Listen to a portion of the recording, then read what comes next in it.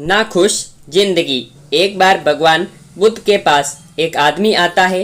आदमी के चेहरे पर उदासी साफ साफ नजर आ रही थी। बुद्ध ने उसको देखते ही उससे पूछा, बताओ तुम्हारे दुख का कारण क्या है। आदमी बुद्ध के आगे हाथ जोड़ता है और कहता है, महात्मा जी, अपने जीवन में मैं बिल्कुल निराश हो चुका हूँ। मेरे जीवन में कोई भी खुशी है ही नहीं। जो सोचता हूँ वे कभी होता ही नहीं।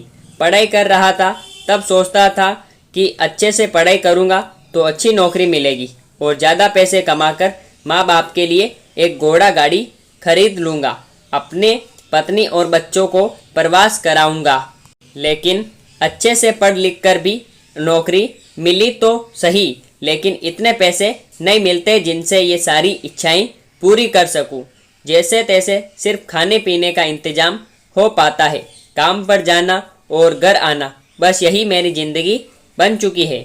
आदमी की बातें सुनकर बुद्ध उसको पास के एक बगीचे के नज़दीक लेकर गए। बुद्ध ने उस आदमी से कहा कि मैं तुम्हारी सारी समस्याओं का हल बता दूंगा, लेकिन उसके लिए तुम्हें मेरा एक कहा मानना होगा। आदमी ने कहा वे हर बात मानेगा। तथागत उसे एक पास के फूलों के बगीचे के पास लेकर गए। बुद्ध ने आदमी से कहा कि तुम इस बगीचे में जाओ और तुम्हें जो सबसे सुंदर फूल नजर आए उसे मेरे लिए तोड़कर ले आओ। बस एक बात ध्यान में रखना कि तुमको बिल्कुल सीधे चलते हुए फूलों को देखना है और जो फूल सुंदर लगे उसे चुनकर लाना है।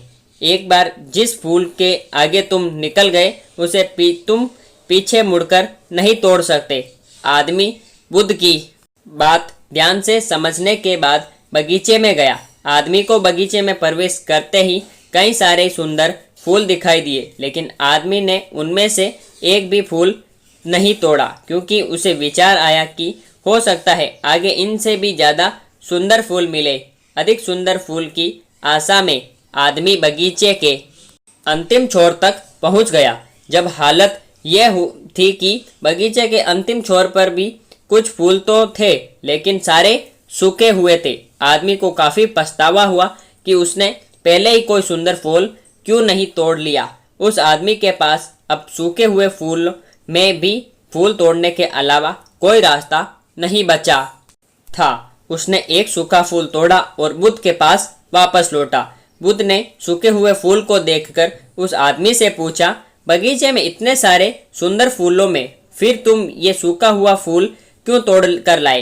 आदमी ने कहा, इस विचार से कि आगे और अधिक सुंदर फूल मिलेगा, मैंने सभी सुंदर फूलों को पीछे छोड़ दिया, इसलिए मुझे अंत में ये सूखा हुआ फूल तोड़कर लाना पड़ा। महात्मा बुद्ध ने कहा कि यही समस्या तुम्हारी भी है। यह बगीचा तुम्हारा जीवन है और इसमें वे सभी तरह की फूल छोटी मोटी खुशियां हैं। तुमने ज़्यादा बड़ी खुशी के आशा में इन सभी छोटी छोटी खुशियों को पीछे छोड़ दिया है।